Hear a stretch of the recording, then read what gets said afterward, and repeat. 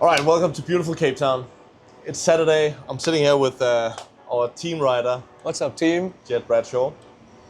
Very honored to have him on the team. He, as I mentioned in a post a few weeks ago when we announced him, that he's a guy that was always on some sort of the kite map, but only the core would know of him. He wasn't like out there as a lot of other people are, full on Instagram mode. He was more like this this kid from Cape Town that no one really knew about. And then once in a while you would see like this mad death loop and you would be like, holy bananas. And then you forward that to all your friends and that's how you spread, all that kind of stuff. And our really good friend and mentor, brother, everything, Graham House, he always said to me, but man, we gotta look out for this guy because there's something about him. And I never really quite understood what Graham he meant about it.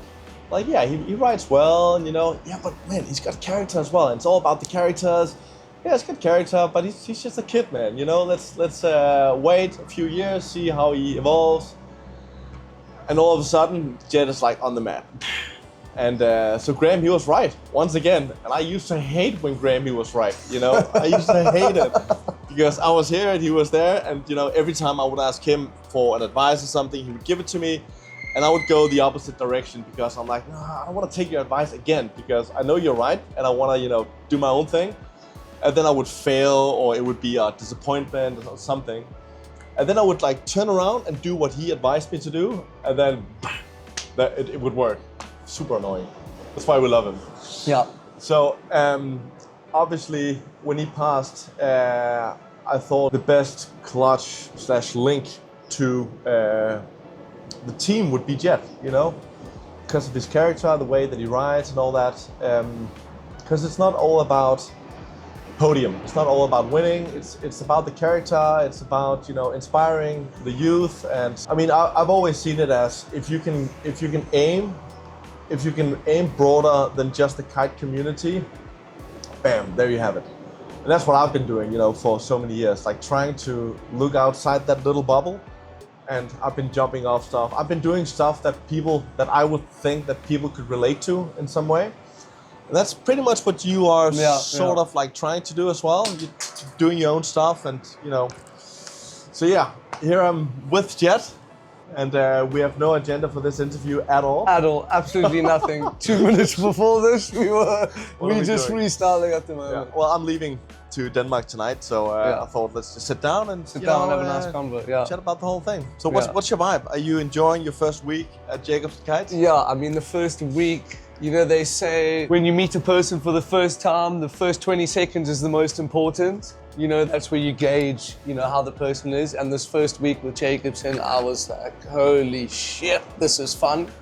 Just, going on insane missions, not really having a plan, but it just always seems to work out.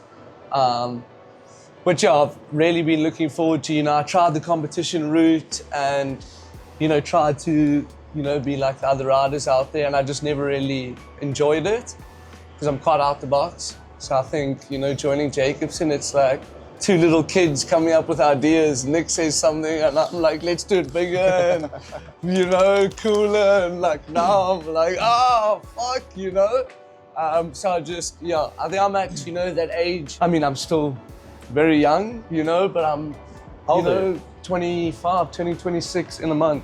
Nice. I'm not 18 anymore, so yeah, I'm quite out the box. Still obviously want to put that kite super low, which I've been doing on the Jacobsen. Insane. Yeah. And a week ago, we had the short line contest. High five, short line contest, the hype was there, everything was aligned. Day before, got the kite super dialed, everything was good. And then actually, that evening before the competition, I'm like, maybe I should call Jett and just, ask him out for breakfast or get him, in the right state of mind and stuff. And then I saw an Instagram story early the next morning. Early bird gets the worm. He was obviously going for a hike at Table Mountain. I'm like, should I call him and tell him just to go home and chill? I mean, what if something would happen on that hike, twist an angle? There's so many things you could do. that could go wrong. Yeah, yeah. And I'm like, no, well, you don't want to mess up with a guy's routines. I mean, this is what he does. This is, I mean, and if I step in there and tell him to do something else, it's gonna mess up your whole routine. I know, go for it. And then he sends me a text message like a few hours later. I think I messed up or something. I think I was that. And he sends me a photo. He sends me a photo of his ankle, and it's like this big. And like, the first thought that came to mind, it was just me bursting out of laughter. I was just laughing at it. Because like, how funny is that? First day on the job, you know? Yeah. And then I realized that, you know, it's just a part of it, man. This is like, it's so authentic and it's so real that, man, I actually thought it was kind of cool, you know? Like, I think a lot of other brands, they would be like, man. Yeah, there would be that huge pressure. The actual F, you know? Yeah. But I quickly, you know, called them up and like, it doesn't really matter if you compete or not. I mean, focus on your ankle and do stuff like this. And I think that's why you are a good fit to this company, this brand rather. Because it's not about, you know, chasing podium all the time. Yeah, for sure. And you can easily get sucked into that. You know, you could easily get so clouded by just focusing on podiums. And I was like that for a couple of years. King of the Air, Mega Loop, you know. It's cool to do it. But yeah, thinking out of the box and doing, you know, different things. Like Nick said, you know, being able to relate to people is super important. So I think this, you know, partnership, when there was the opportunity, I was like, yes. You know, a match made in heaven. Yeah, man. Yeah. Thanks, Nicky boy. What else? What else? Pretty good. Yeah, huh? We can do another one when we meet up with Ines. Yeah. She's amazing, eh? Because she's gonna be like, did you ask this, and that? Yeah. She's German. Yeah. Austrian, sorry. German. Okay, sick. Yeah.